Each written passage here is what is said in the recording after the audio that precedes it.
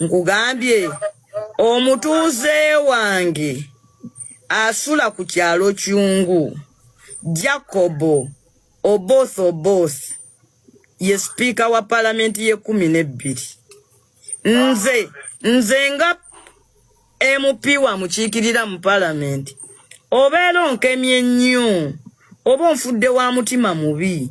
ate okugamba nti nze nziraawo ntandika okunyeenya ekintu ky'omutuuze wange gwomanyi kati nze kyendikoye n'ekyungu okubanga kati nze nsuza speaker ono bamuyita Betty Nambooze bakireke njagala okootinga bino bigambo byange bw'olabanga nga beekwata emikono mu lutalo olwo luba terukyali lutalo ekyo kibeera ki ogwo gubeera muzannyo nga bw'olaba mulingi nti Mayweather bagenda kukwatagana ne Pacquiao basooka kwewa bitiibwa osegedde olwo luba si lutalo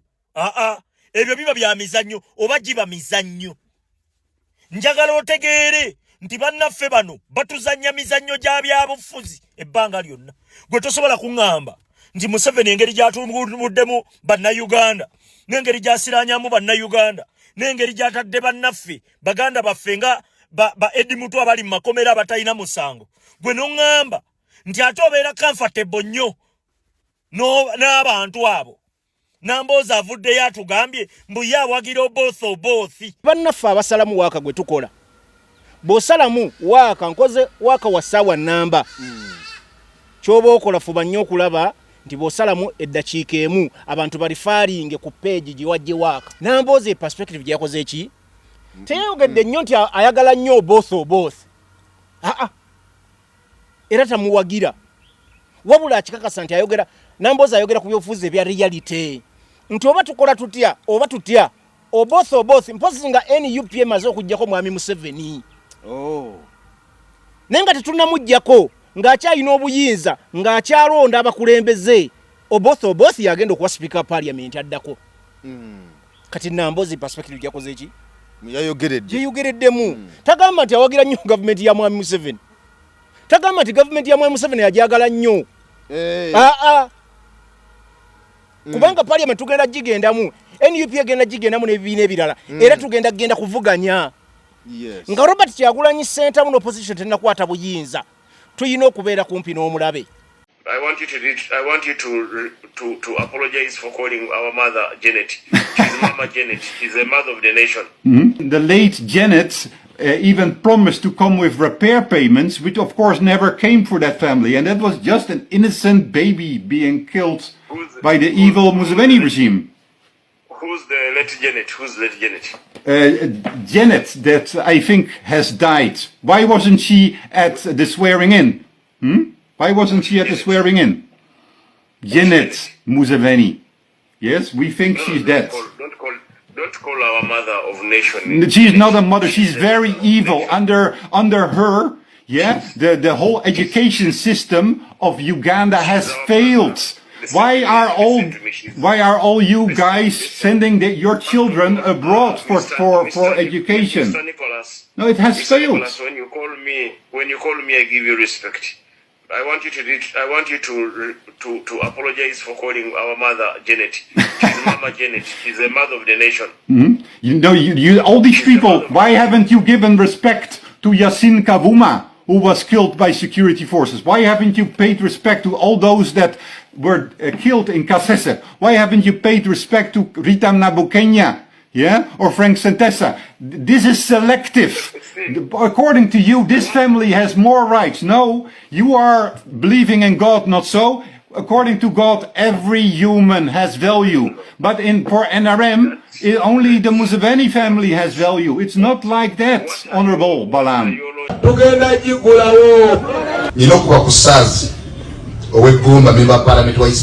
tebogerwako bwasitukana gangenda kubanduka gwe toyina mikono. Mwami Museveni mu polisi ya wangulu. Sijja kulya musayi gwa bannayuganda. Ekyatutwala mu struggle kubeera ne Kyagulanyi kufiirira nsi yaffe. Gamba tojja kutuma muntu kuzikujjirayo. Sijja kutuma muntu kuzinzijirayo. Atona byabakoma yategese kano. Yagenze muri kodi yensi yonna. Ekitusibye mu nnaku bwe butakkiriza mbututiitira mu omuntu wona ayogera amazima bajja kutta. Baffe batutte naffe tufiirire ensi yaffe. Bantu batonda mbalamusizaako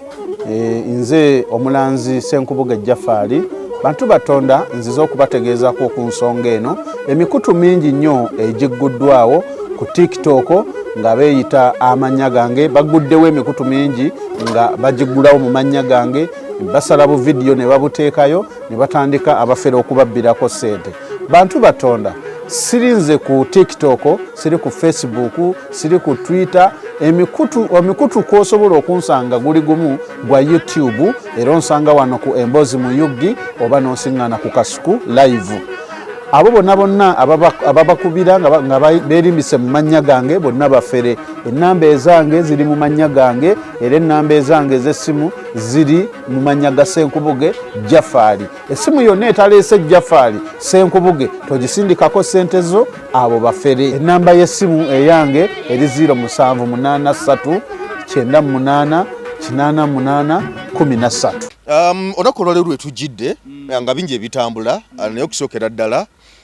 ndabyeko bana NUP nga byemulugunya ku bigambo ebyayogerwa omukyala Betty Nambooze bwe yali ku mukutu gwe n'ategeeza nti no yetayinza kuva ku honorable omutuuze we honorable Oboth asubira okubeera nti NRM ne peru yaako gwe baleeta okulaba nga afuuka speaker wa parliament. So ebigambo byayogera nga gamba nti oli mutuuze we ate amukiikirira ng'omubaka mu kitundu eye mukono n'ebirala byonna byayogera nga ati tayinza kuva ku oyo newankubadde nti ate ne NUP nayo yaleese speaker waayo kati nga byebuuza Nambooze ku babiri ogenda kuwagira ne kubanga wagambye tova ku both kubanga muntu wonnyo mu constituency gw'omukiikirira ate era mutuuze wo n'ebirala byonna ebifaanako bwe bityo. Kakati bana NUP abamugamba nti ebigambo byayogedde si bituufu n'akatono. Kakati twali tukyali awo ne wajja nti bakansala emukono NUP yesinza bakansala omuwendo omungi era nga NRM eno omuwendo mutono 18 ku mukaaga naye ate kuba speaker NUP NRM yagimegguza neba nga NRM yatutoba speaker. Kati awo ne bagamba nti ddala kyekiri emukono eyo nga bagamba nti Nambooze ddala bali mu byaddala oba waliwo betutambula bulungi side eyo nga basiga kifaananyi kirala tutandikira awo. Kakati njagala kusooka ku nsonga ya speaker. Honorable Nambooze yabadde agezaako okuttaanya eri eggwanga ng'agamba omubaka NRM gwe yenda osinze Museeke Oboth nti asuubira okuba nti asobola okuwagira omutuuze we mu kitundu. Tekyali badde kibi naye Honorable Nambooze omu ku bakulembeze bensinga okukkiririzaamu olw'omukululo gwe n'ebigambo byazayogera eby'obufuzi n'ebikolwa bye. Honorable Nambooze n'abatamumanyi nnyo ayogera nnyo mu ngero ebisoko n'engero era ayogera nnyo ng'asaagasaaga mu by'obufuzi bye naye aba alina point olumu gyaggusa. Mutunuulira nnyo wabula tulina ensangi zino ebintu bibiri. Okola statement ya dakiika 10 omuntu n'agenda n'asalamu seconds 10 na mmeka? 15. Omuntu n'ajja n'akujajingira awo. Era ebintu ebyo njagala bannansi babyegendereze. Oba tosobola kugula data n'olaba video ze tukola tolaba. Era kino njagala kittaanya wano ku Emboozi mu UG nti bannaffe abasalamu waaka gwe tukola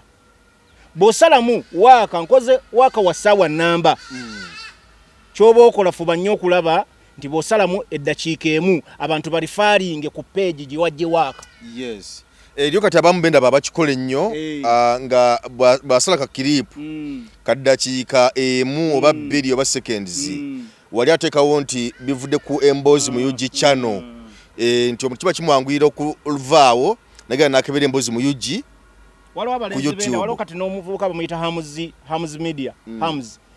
banji ingezaako kulaba nti bakikola naye tuzze tukyogerako nti ono content simwemba mukoze muwa abantu okulaba content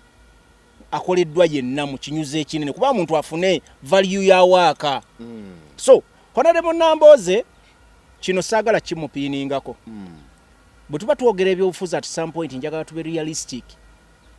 tube baamazima newankubadde twafuna multi-party system of governance nti ebibiina by'obufuzi byetaba mu by'obufuzi ne waliwo kye bayita facts about politics amazima gali nti twagala kwetaba mufa abavuganya gavumenti eno ne tusobola kuwangula bwa speaker yes okusinzira ku mbeera nga bweri kubanga gwanga ebifo ebirondebwa omubaka oba speaker alondebwa majority vote mu parliament and who has the majority vote is NRM saagala twekwenye kwenye ge mazima agaliwo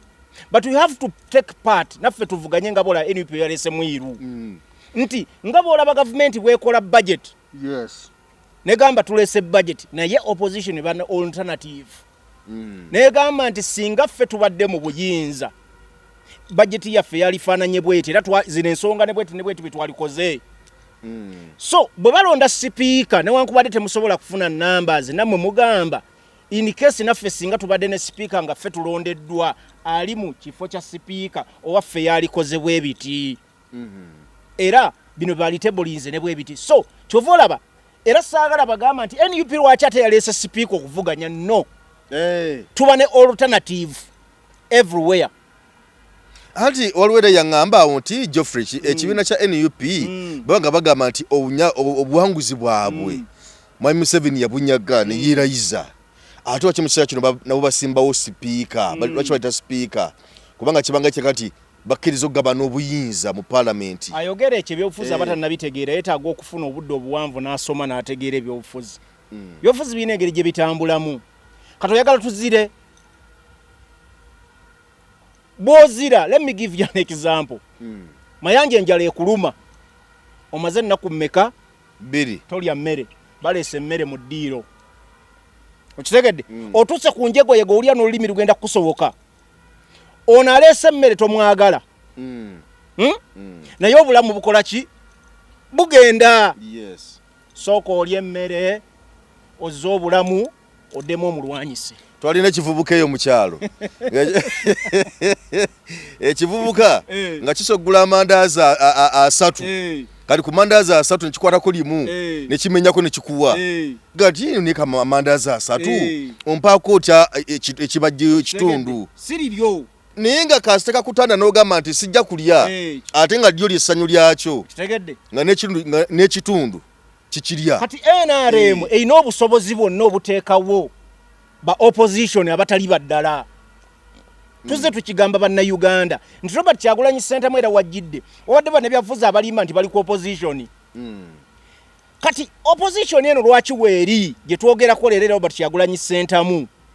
eraga gye bayita checks and balances mwe bannansi mumanye gavumenti eno eremedde mu buyinza biki ebibi byekola era musobola kwekyamutya ne mugamba ekimala kubanga omuntu buli bakulaga nti waliwo ekibi ekikolebwa naawe ofuna obusungu n'ogamba oba n'omukisa ogudimani nga kyolaba oba kyotegeera beti Namboze mu kwogera ebigambo bino yebyogeredde mu mutima ki kakati nkuddayo wali wa Namboze tuddewo Namboze akugamba oboth kitundu kyavaamu kibi nnyo n'enguudo mbi nnyo tetulina wadde akaguudo naye Namboze ayina akakasa mu nabyabufuzi omugundi bakasa nti oboth olwokuba NRM yamwenda osinze ina numbers akaguudo akagenda ewaabwe bajja dukola ku lwa speaker ono omupya eyo development mu kitundu oboth nga speaker gwe bagisubira okulonda baba n'aba mulonze kuba erigenda ewuwe bajja dikola terikoma wuwe wokka n'abantu abala bajja dikozesa development Namboze yogedde mu perspective yogamba nti tufunye omuntu omugundiivu mu kitundu tajja yekka ajja n'enkulaakulana otegedde speaker Anita Amongo wabeeredde nga mu speaker wa parliament omanyi eriya ye n'abantu amwetolodde enkulaakulana gye bakulaakulanyemu let me give you an example abantu jagala tukkirize Joel Ssenyonyi nga leader of opposition omanya abantu baba mwetolodde abakulakulanye ne value gyagaseeko ku party ku gundi mu NUP n'enkola endala y'emirimu. So buli bwafuna omuntu omugundivu alina position eyo waggulu san automatic benefit nti muganyulwa mu bukulembeze bwe. Nambooze perspective gyakoze eki teyogedde nnyo nti ayagala nnyo both era tamuwagira wabula akikakasa nti ayogera Nambooze ayogera ku byobufuzi ebya reality nti oba tukola tutya oba tutya both mpozi nga NUP emaze okujjako mwami Museveni nenga tetunamujjako ng'akyalina obuyinza ng'akyalonda abakulembeze both yagenda okuwa speaker parliament addako. Kati Nambooze perspective gyakoze eki yayogereddemu tagamba nti awagira nnyo government ya mwami Museveni, tagamba nti government ya mwami Museveni yajagala nnyo kubanga parliament tugenda gigendamu NUP agenda gigendamu n'ebibiina ebirala era tugenda kuvuganya. Nga Robert Kyagulanyi center muno opposition tenakwata buyinza tuyina okubeera kumpi n'omulabe. Omulabe tosobola mumanya nga omuli wala olina kumubeera kumpi. Tuziire mwami Museveni atekeho ghost opposition nga bwebaddewo yali yatugamba dda by 2026 wajja kuba opposition era kyova olaba alwana n'okuuka ejjembe nti NUP teyagisuubira. So kati oli bwakugamba nti NUP teyina kugenda mu parliament teyina kugenda kuda speaker ayoke mubadde mulwana ano nga mugamba abaka bangi babadde bagamba nti opposition nga si opposition ne mbalaba ne saawa zino mu bibiina byaffe ne NUP tukyayinamu be tugamba nti ezo nsolima ng'ogiraba nki nsolima era byatusiza kwena embeera gye tulimu emukono gye twogerako nti NUP ng'erina councillors 18 ga NUP akamala obba wa card ne beesimba okulwa NUP balonze speaker wa NRM eyo ogomu guba mwogerako nti yawagidde both yayogedde mu perspective ya nkulakulana n'ebyobufuzi ebyaddala ebitali byakukwenya nzira kuba speaker njagala kusinziira ku emboozi mu UG abakulembeze bano babaka ba parliament balondebwa emukono nga bakulembeddwa Honorable Nambooze ye yali Ssaabakunzi wa NUP mu region gye bayita Mukono sub region. Betty Nambooze yaweebwa obuvunaanyizibwa era twakusanyukira nnyo Honorable Betty Nambooze ffe twakusanyukira nnyo kubanga twali tuli mabegawo nga tukuwagira watukola bulungi nga gwe yali akulembedde Mukono sub region n'otuleetera ebifo bina ebyababaka ba parliament. Enga tukola ki netuzikuba netukusiima netugamba kyokoze tekikolebwa mutiitiizi. Mukono erimu constituency mmeka? Mukono ko kyemanyi leka nkubalira abaka byaleeta yaleeta Honorable Betty Nambooze Mukono municipality nereeta Mulima Mayuni nereeta Maseruka basatu nereeta omukyala Amaniyo bamwita Amaniyo mukyala oyo bana kati ono wumani MP abaka bameka nereeta Sulaimani ali awo ye yajjayo oli gundi ye yajjayo ono omusajja Lulume Bayiga Simbwa yajjayo Simbwa Simbwa Lulume Bayiga aniya mujjayo Lulume Bayiga wabuyi siwa gundi siwa buyikwe buyikwe wa buyikwe so yaleta abaka bameka bana mbaze bana batano mbaze Sulaiman Amaniyo Maseruka Mulima Mayuni ne Betty Nambooze batano bonna ba NUP natuleetera n'omubaka asinga obuto muki mu parliament Maseruka kakati bwe baamala okufuna akalulu kano kaali kavaawo mpitewo kubanga baakalangirira mu buzibu obw'amaanyi nga n'abamu abantu baafa bwe baamala okuwangula akalulu kyemmanyi ne balirakisinga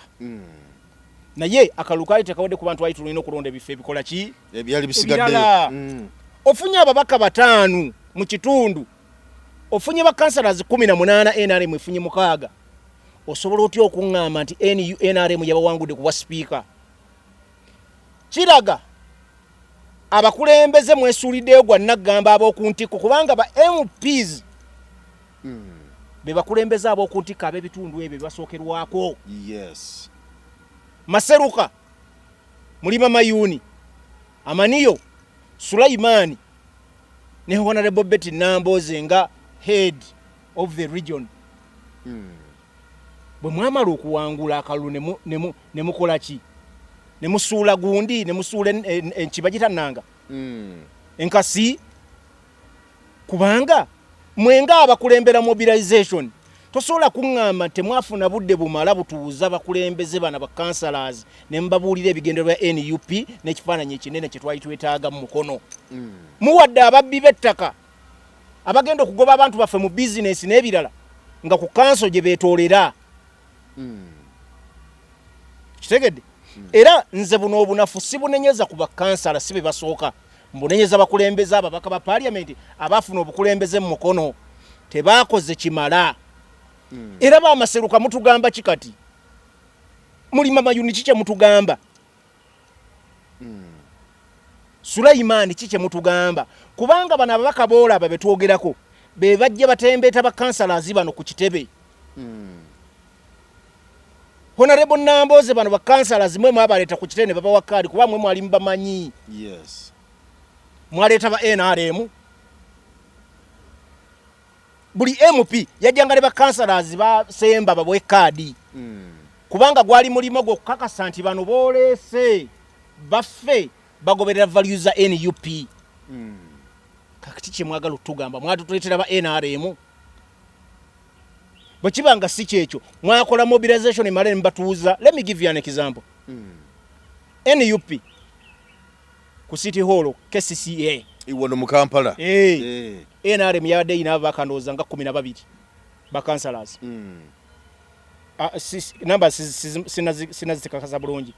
Ndoza NUP nge ina oba 16. Babadde 19. 19 NUP. NRM luza 12. Naye NUP omanche yakola abakulembeze ba City Hall omuli bali mwezo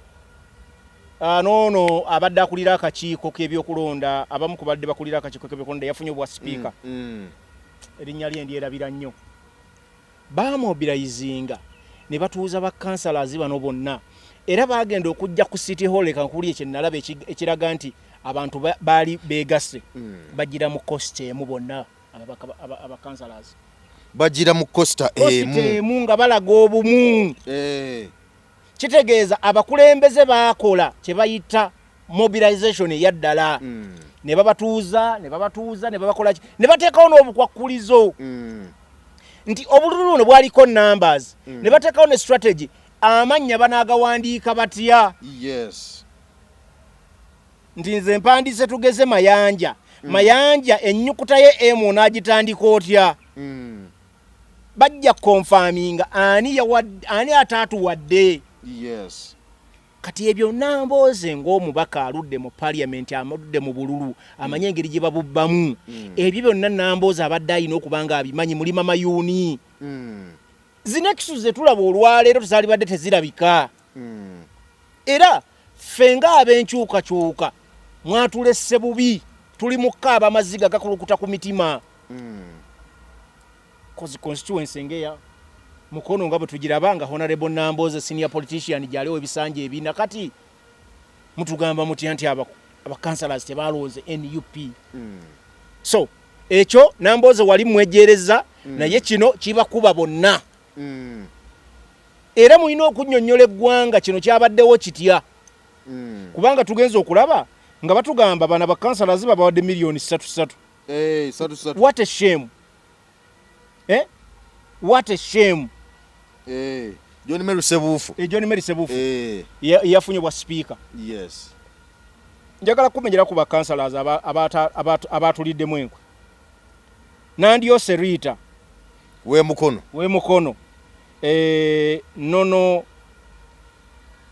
Vuluvu. Ono Ntaawo. Nsuube. Kawuga. Omulabo Mwitakaddu.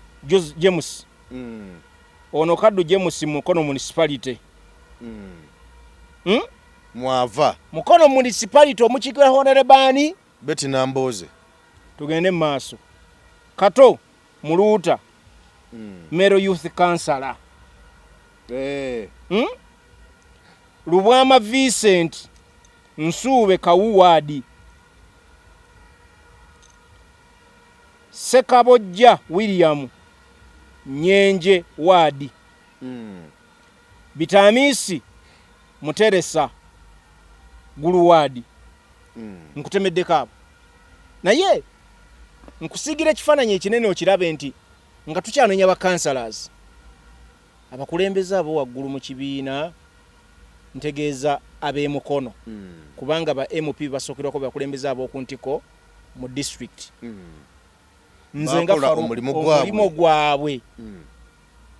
oguteekeddwa gwe balina okukola baagukola nsuubira tebaakoze kimala twaligambye kale nti ku bantu 18 NUP yasinzeko NRM akalulunga kamu oba bubiri tugamba waliwo ebyavulungutanyeemu awo ne ku bantu 18 n'otawangula ng'oli alina mukaaga omanyi bw'omusinga olumosi abantu emirundi 3 emirundi 4 olumosi emirundi 4 osobola otyoga muntu gw'osinga emirundi 4 nti yakuwangudde so tebigatta bimalamu amaanyi bibuzaabuza Okay kale ensonga z'emukono zezo nga tuzitadde ku mabbali bingi ebikyagenda mu maaso n'okubanga bitambula waliwo lawyer Niko yaga nti y'omu ku balooya abasiga baga nti lawyer wa Kyagulanyi Dr. Niko era gonna atubuulira era ng'ensonga za NUP zibeeramu nnyo namulabako kaawo ne ku ICC yes nga teko petition waliwo n'olaba ng'alinga gamba nti aziyizibwa okutuukayo obutereevu n'ebirala byonna omukulu oyo omuzungu oyo namulabyeko yalabiseeko mu katambi yabadde ku live ng'ali ku ssimu wamu ne Barnaba Rugahale minisita w'abaana wano mu Uganda era nga wamu na PLU badde bagezako okwogera ku nsonga ezikwata ku ggwanga naye ku ebyo byayogeddwa mu mboozi yabadde okwebyo byenjega tukwateko y'ensonga yabadde eyogerwako wakati waabwe nga boogera ku First Lady Madam Janet Kataba Museveni nga balamu alabika nga si mumativu n'engeri omukulu gyadde amwogerako nga ayagala nti amuwa ekitiibwa ekyenjawulo nga amwogerako waliwo ne statement gye yakoze omukulu ono ga nti omufu nga agirukira ku First Lady balamu era n'amuwakanya kubanga balamu yavudde ebbanga nga akiwakanya ga nti First Lady wadde tali bulungi naye gyali mulamu era tumulinze kubanga akuba ku matwa gyaddimu okwasiganya emirimu gye nakyo natamatina nakyo kiga nti oba oli abo bayinza okuba takyaliwo n'ebirala byonna okwogera ebigambo nga babadde boogera nga ono amugamba nti bw'oba oyagala mpa abantu ba respect abeno mwaba respect nayogera kwabo abasibiddwa mu makomera nayogera nandi kwabo abafudde okusiza conversation nga bwe yabadde kakati Dr. Niko tumulabe nnyo mu nsonga nnyingi coordinator wa NUP mu European Union mawanga agali mu Europe awo era coordinating nnyo ba NUP activists mu bitundu ebyo koze petitions eziwerako mu EU n'ebitongole ebirala agezaako kulaga obutali bumativu eri bannayuganda bebalaga ne gavumenti ebibi byetusiza ku bannayuganda n'obukulembeze butatambulira ku nkola ey'amateeka azabyogerako nnyo era lawyer wa Kyagulanyi amanyikiddwa musajja mukugu nno aluddewo era ebigambo abadde ajja abyogera misana na kiro akozeeko obutambi bungi obuvumirira enfuga embi ya Mwai Museveni ne banne abakulembera eggwanga lino oba abafuga eggwanga lino balamu agezezaako nnyo okwengeejinga abantu abalwanirira obukulembeze obutambulira ku nkola ya ssemateeka abali ku saidi y'NUP mu mitendera egy'enjawulo bali naddala abali mu diaspora era twamulabako mu bitundu ebimu nga bamugobaganya n'omugobaganya oba ojjukira bamugobaganya yali Canada yali Canada South Africa wale gye bamugobaganya okufa obufi bamugamba ebungereza yagezaako okusetinga yagezaako okukola waliwo ekifo ekyo bannayuganda batera okuyimbira bakiyita batya Richmond yabateekawo ebivulwawo naye yali agenze ssebo ng'abantu babasuubiza n'akasente era nga babagamba omugenyi omukulu agenda kuba gye n'omuhozi Kene Rugaba bannayuganda omukolo ogwo ne bagulinnyamu ne bagamba ffe tujja wano twekolerera tojja wano kutuwa busente twagala enfuga ennungi tukomewo ewaka naffe tukoye okubeera mu diaspora tukoze sente zaffe twagala komu tuinvestinge ewaka bulungi naye ng'enkola efevalinga buli munnayuganda. So Dr. Nico yabadde agezaako okwogerezeganya ne Balamu ng'amulaga nti mmwe mulaga nti ebintu birungi ne waliwo facts eziraga nti mu Uganda ebintu si birungi era kyeyavaamu nokoledde n'amugamba nti abantu bano baafa battibwa security operatives nga bo temubawa respect nga bo temuboogerako naye ekisooka mu byonna njagala tukkiriziganye ffenna tewali alina buyinza ku bulamu bwa muntu era health y'omuntu ebivunaanyizibwa ku ye ne famire empozi ne baddokita be. Twasooka okumanya omukyala Janet Katama Museveni famire yavaayo netugamba mu butongole ne ba spokespersonel ba government batugamba mugonvu ebyaddako tetumanyi bamujjanjabirawa n'ebiddako naye njagala kusooka kwogera ku ekyo ekintu kyokka ekyo omwami Balamu yabadde agamba omwami oli Nico Dr. Nico nti first lady muwe ekitiibwa tomwogerako ng'obalaata n'ekyokubiri njagala tulye perspective embeera yatandikirawo okubanga esajjuuka nti abantu basanyukira omuntu alwadde n'afudde era ekintu ekyo njagala tukigattire eddala n'ekyakalangwa emiti ewa ekayunga twatuuka tutya kubanga ffe wanedde omuntu bwe yafanga oba mulwadde ng'abantu banyolwa ng'olaba abantu banyoleddwa banakuwavu kitegeeza ate kyetuzze tulaba essaawa zino biri mu bakulembeze abantu basanyukira abakulembeze si bonna wabula abalondemu nga bafunye obuzibu bwonna kitegeeza ki abakulembeze kirabika tebasaavinze interests zibalina okusaavinga ez'abantu abantu ne balowooza nti ffe okubonaabona kwaffe bano abali mu buyinza batutuusizza ku mbeera eno babalengera bo bali bulungi batambulira mu bulamu obulungi they are living luxurious lifestyle balina amamotoka amalungi abaana babe basomera mu masomero ag'ebbeeyi. Dr. Nico yatuuse n'okugamba Balamu mmwe lwaki abaana bammwe mubaleeta Bulaaya mu Amerika gye basomera naye ate maama gwe mugamba maama w'eggwanga ye Minister of Education and Sports kitegeeza yalina okulaba nga enkola ey'ebyokusoma eteredde mu ggwanga so that nti buli mwana oba wa mugagga oba wa mwavu bonna basomera wa wano awo naye mmwe olw'okuba nti abammwe mubaleeta mu Bulaaya ne mu Amerika kitegeeza system of education ewammwe ki nfu naye olw'okuba mmwe mwesobola musalawo mwe ne mba flying out of the country ebyenjigiriza wabweru w'eggwanga ebyobujjanjabi wabweru w'eggwanga kitegeeza mwe mwasalawo system zeeze waka zibenga nfu abantu baffe baleme kusoma bulungi kubanga bo tebakola ki tebeesobola. So mbadde nkulaga nti kiri kyatandikirawa tuzze tulaba abantu bangi wana abafa abantu ne basanyuka ojjukira omwami bamuyita General Tumwine si bonna nti baselebratinga ne waliwo abaselebratinga nekyali kizibu nnyo okusanga eri omuntu afudde ne wabaayo muno omuntu akola ki agamba nti kafe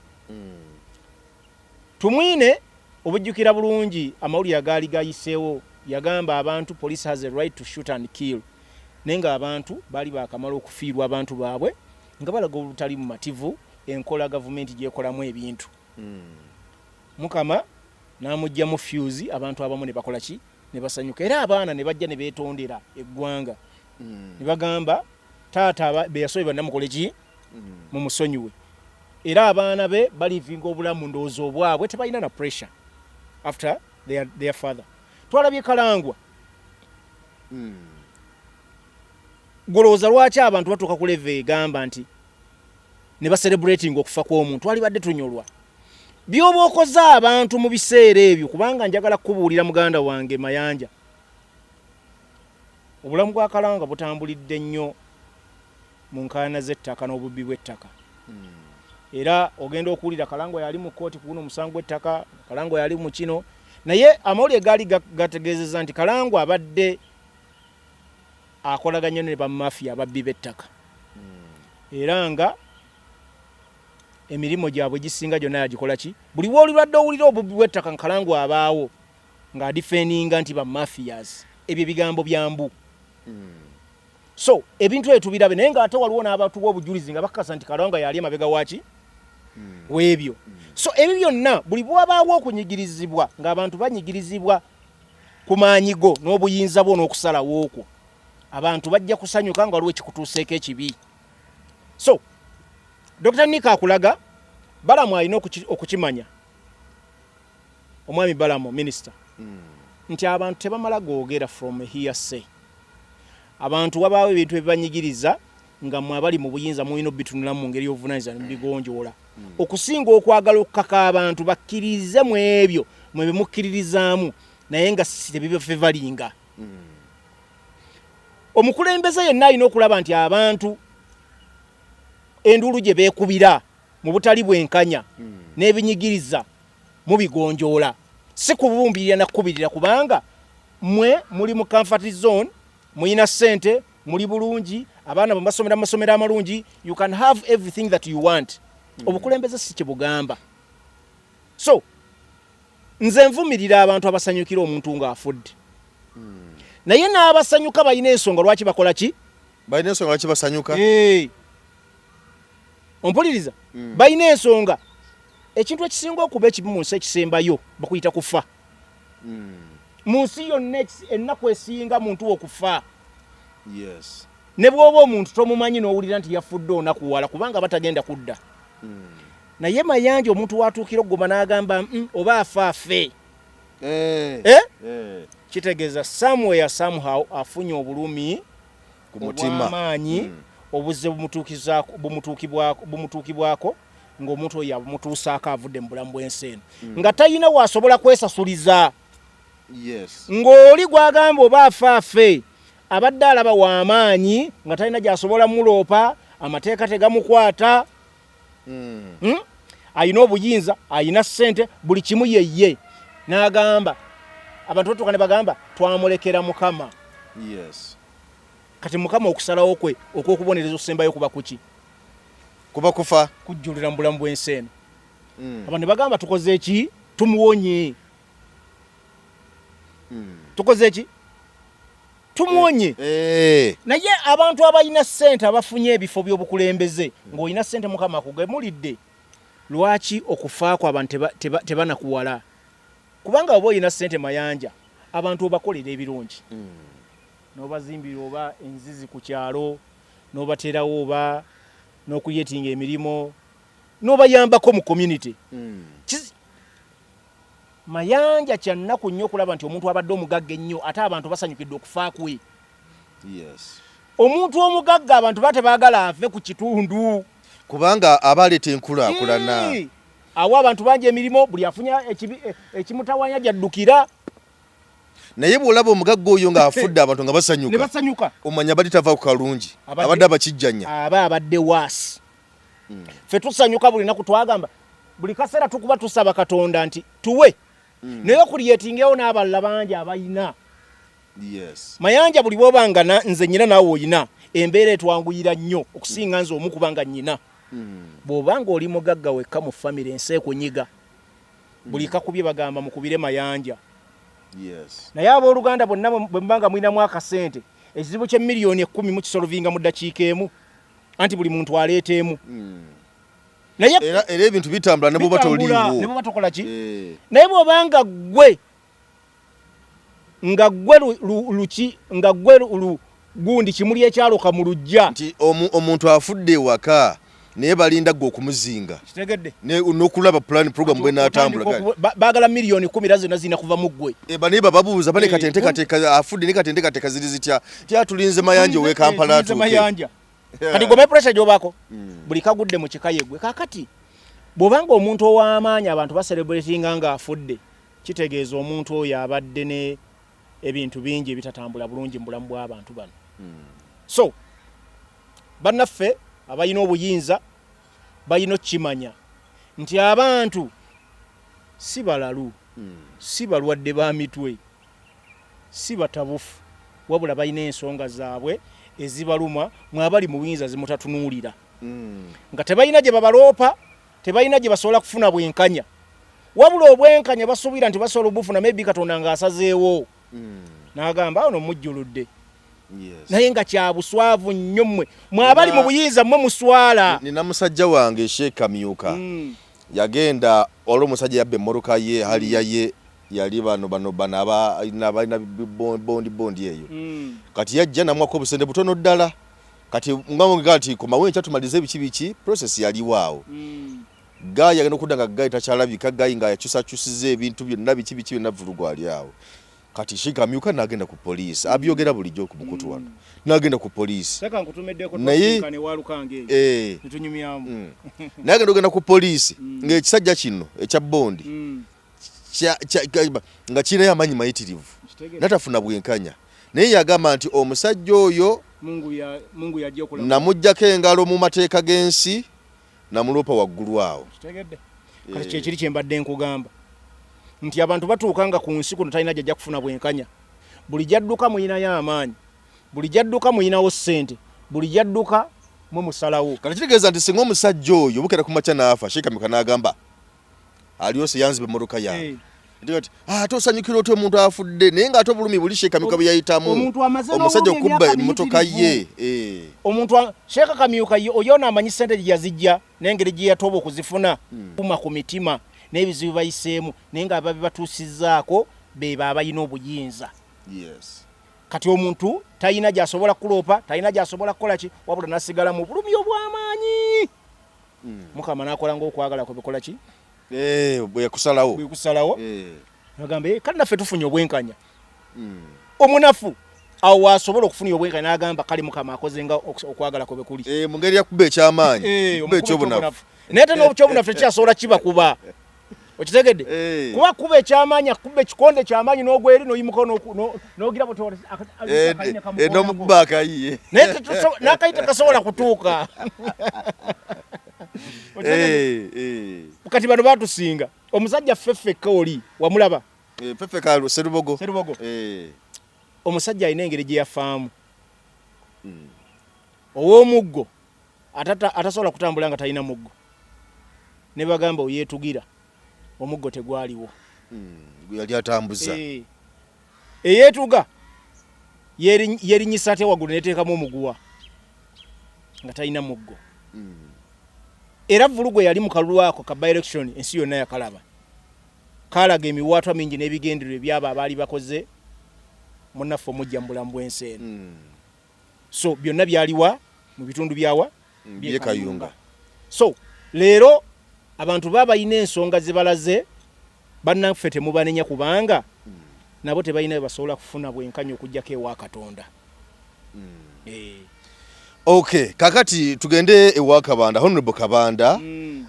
yavuddeyo n'alaga okuterega nti mu kiseera si kiwanvu nnyo ajja kuva mu politics ono w'okuvuganya muveemu kubanga embeera emusukkiriddeko era yavayo n'ategeezaawo n'agamba nti yasala kiro 4 kuva oli yasoma ekiwandiiko kya Anita Amongo okumukunkumula omukono ennaku nga 3 oba 6 so agamba nti embeera emuyitiriddeko era ali mu kutya n'ebirala byonna bifaanako bwe bityo bingi ebikyagenda mu maaso nalabyeko awo President Museveni yayanukudde Andrew Mwenda munnamawulire Andrew Mwenda nga alina bintu byayogedde naddala ebyali mu meeting eyo kati nga Museveni agamba nti Andrew Mwenda ddala obeera mutuufu okuvayo n'oyogera ebintu ebyali mu meeting n'ebirala byonna naye nga Andrew Mwenda okusinziira nga bw'ayogera abantu balaba bagamba nti oba oli awo alingayo omu ku abo balumiddwa okugobwa kwa Anita Amongo n'ebirala ebifaanako bwe bityo ebigenda mu maaso ku nsonga za Anita Amongo kantandikire Kabanda oyo abadde nnyo musaale mu kkolokota ekibiina kya NUP era ng'akikuba east center west right left wonna buli bwafunye omukisa naye ng'olumu byayogera obirabira ddala nga propaganda atayinaako nsibuko yaabyo Kabanda bw'aba asobodde okufuna pressure n'atuuka n'okulowooza nti alinga agenze mu depression just week emu okuva bwe yajja n'asoma ekiwandiiko kya bakama be kye baamutuma akisomera eggwanga ku mukyala Anita Amongo bakabanda beetaaga nnyo okuwa erinnya Robert Kyagulanyi Ssentamu respect era buli bwe baliwulira ne bw'aba taliiwo bali saluting oli bw'ayogera erinnya Robert Kyagulanyi Ssentamu Kabanda n'aliwulira wonna wali akube bukubi salute era Robert Kyagulanyi Ssentamu yeetaaga bamuwandiikeko ebitabo bannabyabufuzi abatandika okuyingira ebyobufuzi n'abaluddewo bamusomeko nga munnabyabufuzi abadde oba akyabadde ow'enkizo n'okulabirako ng'avuganya dikiteeta ng'akoze ebintu ebitakolebwangako balala Kabanda ono njagala muteeko mu bigere bya Robert Kyagulanyi Ssentamu okuva 2018 bw'aba aluzinze kilo 4 mu wiiki emu yali badde kati alina mmeka singa yabadde Robert Kyagulanyi Ssentamu bamusindisa just kusoma kiwandiiko naluzira kilo mmeka nya muteekeko ko muraare Robert Kyagulanyi Ssentamu zabadde akuwa mutiya gasi abaana babakubye amasasi bafudde mukyale bamulumbye bamutadde mu house arrest emundu zivuze bamusibyeko emisango gya terrorism Kabanda singa wali olooza singa wali singa taliwo ha singa twamuziika dde mubende kati muleme kwepima era nabawulira nnyo nga bagezaako comparinga themselves Robert Kyagulanyi Ssentamu nabagamba omuntu alinga Robert Kyagulanyi Ssentamu alabika omu mu myaka nga 30 tebatera kulabika yasemba okuba yali Dr. Kizza Besigye katete Kyagulanyi bwazze n'akola ebiri extreme okusinga ku Dr. Kizza Besigye byakola ki Dr. Kizza Besigye yalinga foundation nate Kyagulanyi mu bange ettono abikoze n'abikola ki n'abisussaawo Kyagulanyi yeetaaga kuteeka mu sirabasi za somereza by'obufuzi abaana bamuyigireko bamuwandiikeko ebitabo mayanja bino sibyogera nti njagala nnyo okupika Robert Kyagulanyi Ssentamu nefe abaddeyo nga batuna ebyobufuzi oba mulyazaamaanya erinnya Robert Kyagulanyi Ssentamu obutali wa kitiibwa naddala akaseera katunimu akazibu ennyo ng'olaba abantu bafudde n'ab'amaanyi mu gavumenti ababadde bakuuta akadingidi ka Mwami Museveni nga abamu nabo obuyinza babufiiriddwa nga bafiiriddwa abamu n'obulamu bangi nga n'abamu badduse mu ggwanga nga bati okwogera ekigambo kyonna nga babadde basajja b'amaanyi omwana yagamba baali b'amaanyi ng'ese batya kale Kayuura ali luddawa Sejjusa ali luddawa mbakumenyere wano baliwo abaali boogera ennyo sineekankana bonna abasinga baagenda emmwanegizi babwe Abukenya bali luddawa bali baseka njogera ani ndekaani Dr. Kizza Besigye ali mukomera owulira njogera ani ndekaani ab'amaanyi abaali boogera Robert Mao baani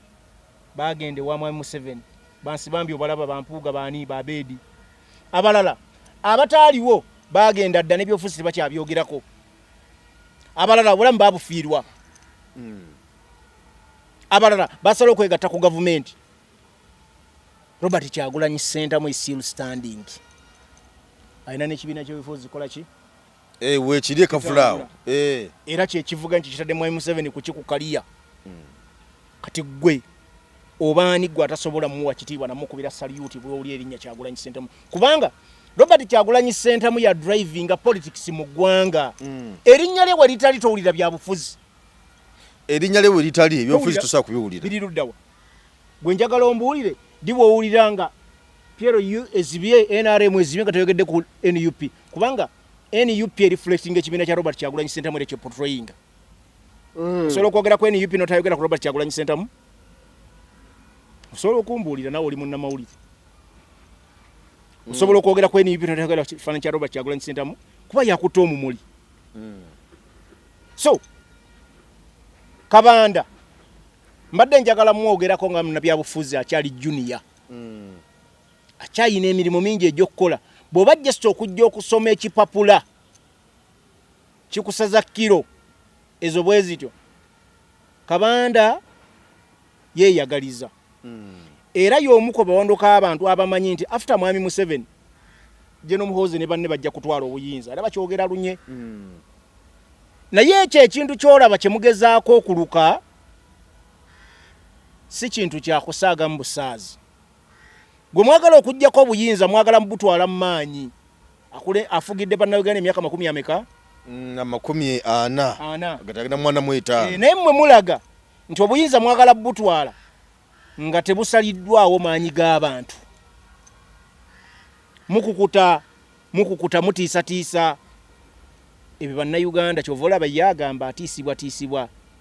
Eggwanga lino lirina abantu abadde ab'amaanyi, abakyali ab'amaanyi, abantu abakkirizaamu, abakoze omukululo. Be bayita ba stakeholders mu ggwanga lino, ba senior citizens. Abalaba eggwanga lino gye livudde ne bwe lituuse. You can't just come from nowhere. N'ogamba mwagala kutwala buyinza era muyina gwe muleeta gwe mutembeeta. So ye pressure gy'ayina ate tagenda kukoma leero. Okweyagaliza kya buntu ne weeyagaliza otya. Naye ye bino byakola yagamba nti bakama abe be bamutuma. Anti yagamba nti ye si tabikola ye ku lulo ye ng'omuntu nga ne bwe basooka okwogera. Gati wadde bali bakama abe. Kubanga gati kizibu tosobola kujemera mukama wo. Baba alina kyakutumya okukola. Batumakkiriza era nga ne kibakutumya okikkiririzaamu. Nati asokuba nga tabikkiririzaamu naye nga olw'okuba nti bakame genda okole kino. Mayanja. Olabeko famire z'abasajja abasamye omupiira. Ronaldo Senior alina mutabani we. Ronaldo Nazario Dalima. Y'omu ku munyeezo omupiira ezisinga okubeeza amaanyi mu nsi yonna. Era bw'oyogera ku mupiira erinnya lirivaayo mangu. Mutabani we omupiira yagusamba katono n'agunnyuka n'aguvaako kati yafuuka DJ. Kitegeeza teyakkiririza mu nnono ya mupiira. Nenga njogera ku mwana w'omusambi omu ku bannakinkuba okusamba muki omupiira. Mutabani we y'omu ku ba DJ ng'ab'amaanyi. Kitegeeza agenda kugendera mu ngato zaani za kitaawe. Kakati Kabanda kyalimu akikkiririzaamu. Musajja ate mukulu. Y'omu ku be boogerako ba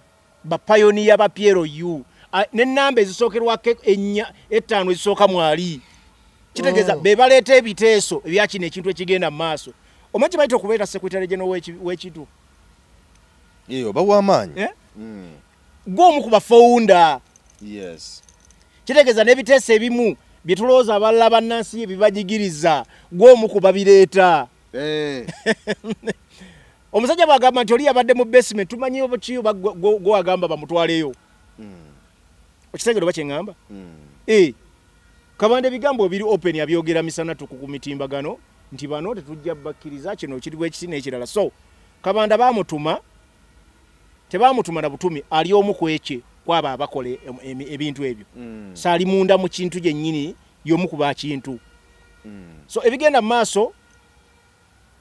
ebya Kabanda bw'obitunuulira kati gye biggweredde wa Mongo bikusiigira ekifaananyi nti yajja n'asoma ekibaluwa naye waliwo amawulire era genjagala otegeere. Mwami Museveni bwe yayita omukyala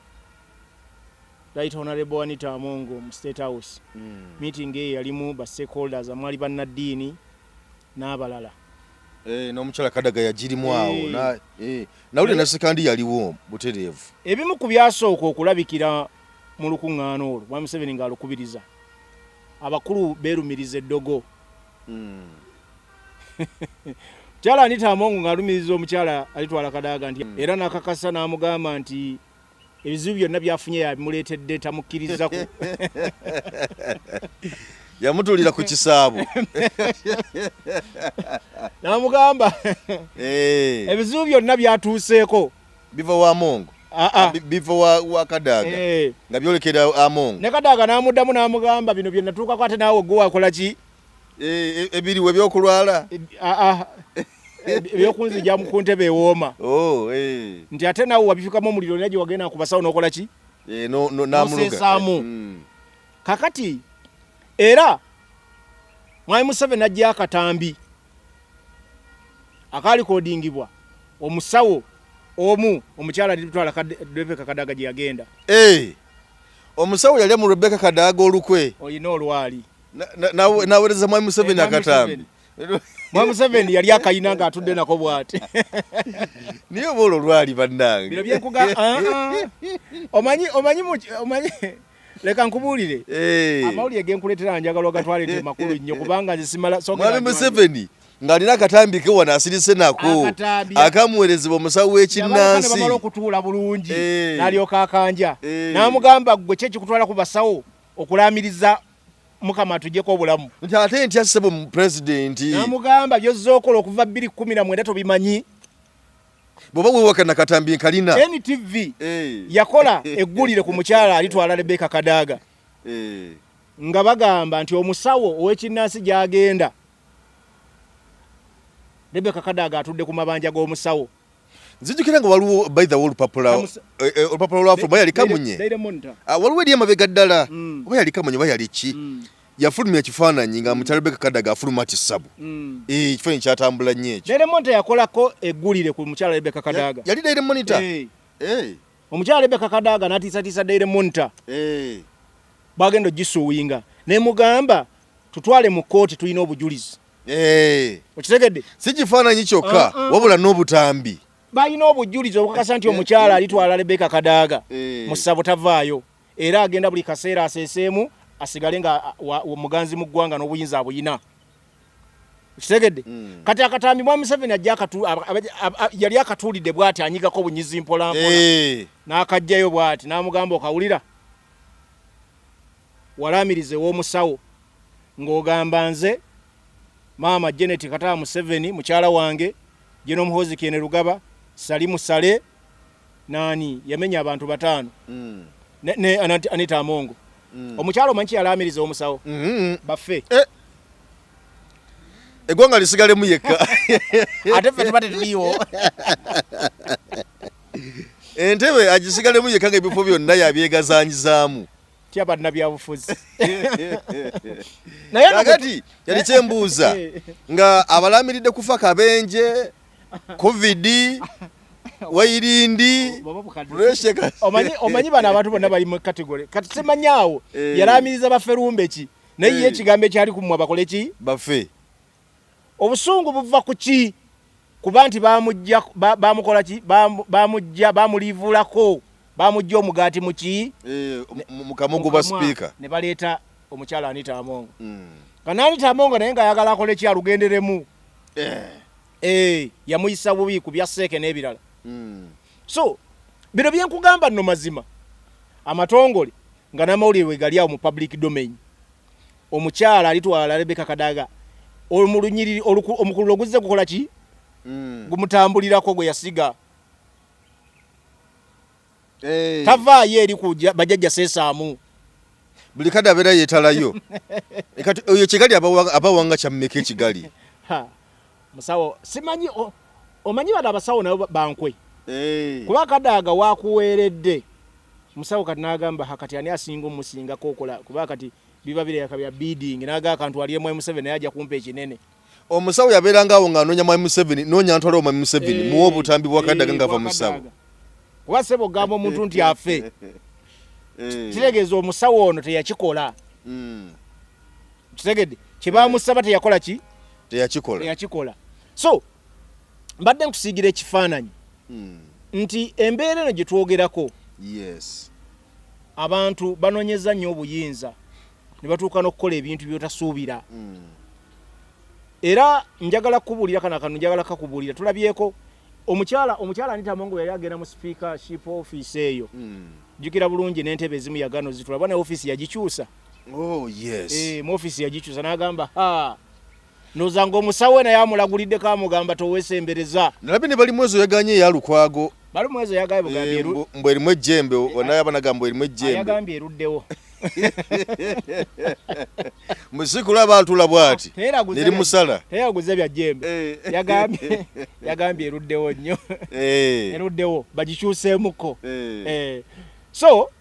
omukyala Anita Among akyali mukatu munebyambalo munabe batungisiza bipya ate ebyalukwago bimutuuka bali badde bakwata mu byo ne babifunzaamu bane babyongerako ne batungisiza bipya 15 kiba kikaddiyo omulodi mupya ate musajja muwa okitegedde omulodi mupya musajja muwanvuko muko kiba kikaddiye kiba kikaddiye so ngezaako okulaga nti ebintu biina level bikoze eki we bituuse nti abantu batuuka n'okugenda ku ndagu beeraguze ku lw'obuyinza gwenza okulowooza endaguzi yeri mu katale mama nnaaka ku mudaala gwe simanyi omukyala atunda amata okaduuka ne mu state house edogo gyeriri era omukulu oli nannyini ntebe agirina omukulu fonde novuona ate ye baagamba nti abasawo bonna yabakuŋŋaanya n'abamalayo mu ggwanga n'abamalayo buki buli bwawulira nti ayina kayina amugamba ekyo jangu mu state house ng'amuwa ekibaasa era mwabatandika n'okugereesawo simanya omusajja afuuka ki simanya kapa biki twabiwulira ebibozibozi nabiwulira naye nga katakyafuuka oba yafuluka eddogo lyafuluka lyali mufuula abali balimu oba bamuvaamu so Mayanja kati bw'otunula ekifaananyi ekigazi nalabye NRM ng'eraga nti baleese abagala okwesimbawo ku bwa sipiika bamaze ne babayita bali basatu naye bino ebigenda mu maaso tabeere katemba kubanga bwemumalamu okuvaayo ne mugamba nti oboth gutuleese ne mugamba n'ababaka anaawakanya ekintu kino ali mu kabaate era waliwo omukolo gwa both ng'atumwaniriza n'ebirala byonna mu maka ge mukono anaabulayo go n'amanya nga sika tenaba na mwendo osinga kuba nsuubira nti byabeererawo nga tenaba mu mwendo osinga ne baga kati tunoonya tulabe anaamumyuka anaabaani kakana nga tayebwa yakiguddemu kati ate bino byokusaba abantu akatambala ku maaso kakati namabagala namwe muteekeyo nengodde mumaze kulaga amaanyi nti bano bye bajja kiba kyabuvunanyizibwa ekyo naddala mu kibiina kiba kyabwenkanya oyo abeera demokrasi abalina obuyinza naddala gavumenti ya NRM nsuubira ebyobufuzi mu public view oba mu public mu kifaananyi ky'abannayuganda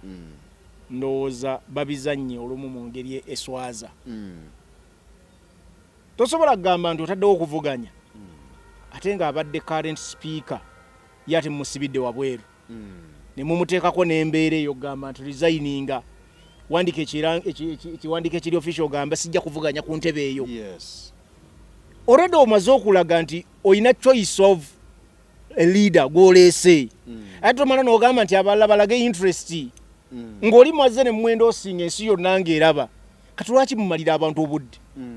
ffenna tukimanye ebbanga eribaddewo NRM engeri gyefunamu sipiika n'omumyuka we koze balina numbers balondereyo mu Seeke naye ku maanyi ga Mwami Museveni ng'omu tebakulimba nti Seeke simanye tuula n'eronda ebyo babikola kubuzaabuza eno mu mawulire Mwami Museveni atuula n'agamba katwagala ono era ne babawayo akasente kitegedde eno family rule family etuula n'egamba katwagala ono yanaatwala ebigendererwa byaffe mu maaso si bakulembeze abo singa baali bakulembeze singa bakireeta mu parliament ne bagamba balonde bulonzi Mwami Museveni ku Anita Among ne ku gundi kujjako boolanya agamba amasimu yasula ekiro naakuba teyakoma kuba n'okutiisatiisa esimu okutu amatu gamubabirira nga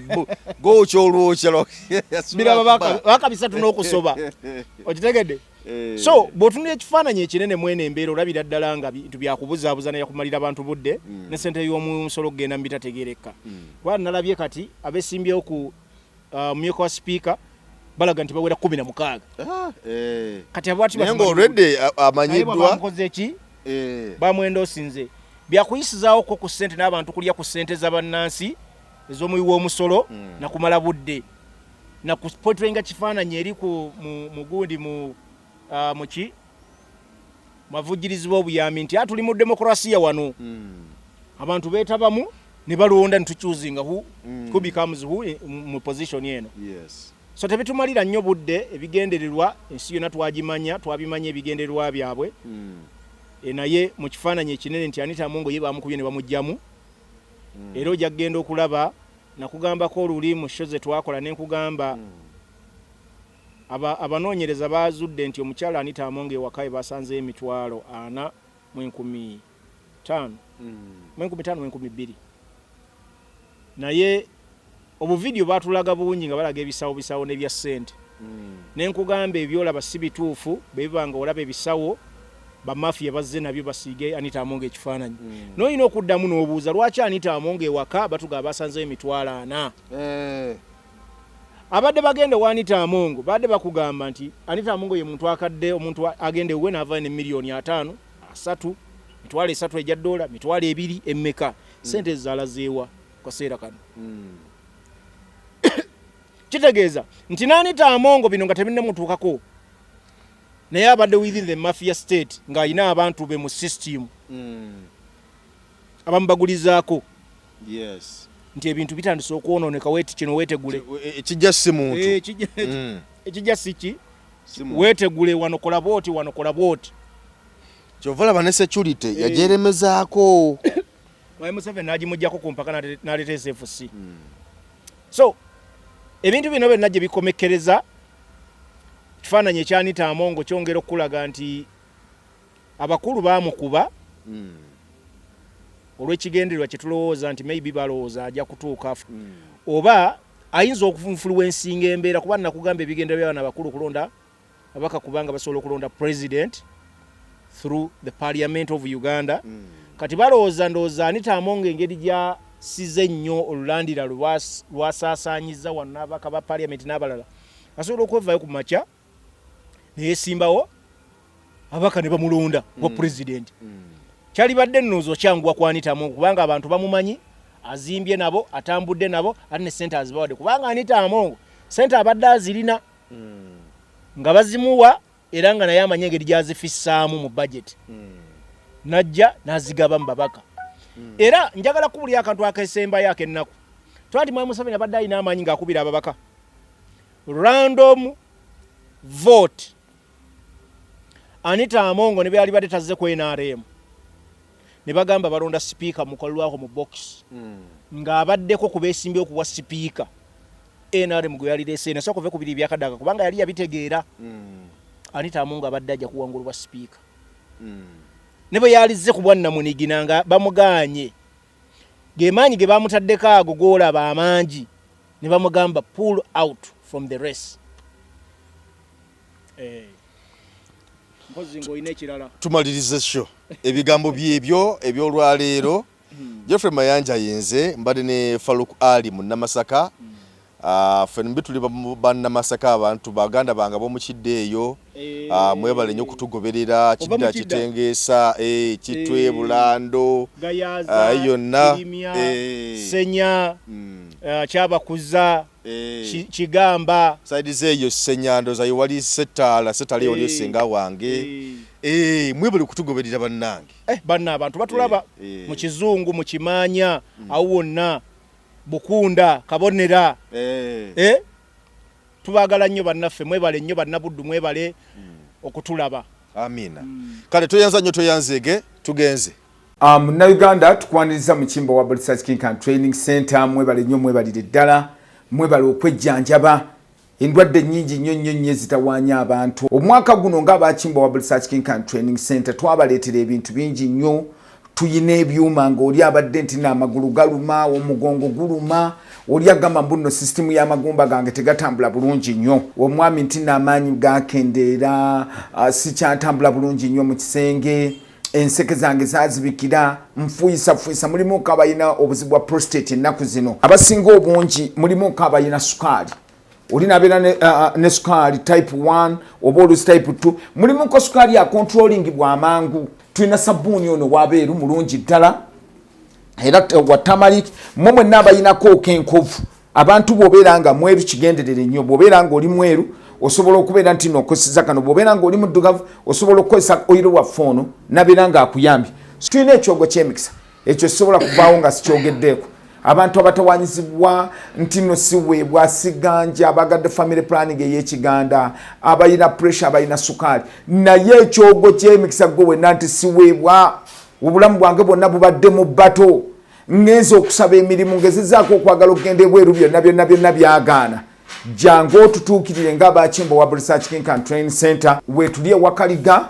tuli wano Mengo opposite Lubiri SS bw'ova ku Lubiri SS obanga aserengeta ku katono awo boyisa kusoti TV ejja kubanga otulaba Munnayuganda w'otudde toyugana sooka enkunyumiza omulanzi Jafari Senkubuga asangibwa ku lusozi Lusaali mu Kyaggwe azze okukukolera ku mbeera embi ekulemeddeko ebintu byo byete bulungi ng'erigenda eddamba omulanzi Jafari Senkubuge omukama Katonda gwe yattululako amaanyi ag'ekisalaziba nga gwalina ebirooto eby'omuddiringanwa by'otategeera va mu kwesumagga dduka za wakayiba ku lusozi Lusaali mu Kyaggwe omulanzi Jafari kunnyonnyola akawonvu n'akagga ate ng'okukukebera kwa bwereere kubanga naye ekirabo omukama teyakimusabaako yadde ennusu naawe alina ebizibu nga biva ku majinni emizimu embeera embi eya buli ngeri mutwalire omugugu gwakutikkule gwe weefunira oluserese tokkalire obubaka buno nga bukukutteko kwatalidda mukono wa ntono oviremu ku siteegi y'e Nakisunga aba bodaboda bakutuuse nga gwava e Kampala ne bookwata eryato ku mwala eggaba ne likugobya ekisinsa oba ebule n'obuuza aba bodaboda ojja kuba butoola n'omulanzi Jafari oyinza n'okusooka okumanya ebikukwatako nga tonnagendayo ku bwereere ng'oweereza ekirooto kyo ku nnamba gy'olaba oyinza n'okukuba ku ssimu eno endala awo omulanzi Jafari Senkubuge ye n'oba ng'omukwasizza kibyago kuserengeta mu Nkulubagga.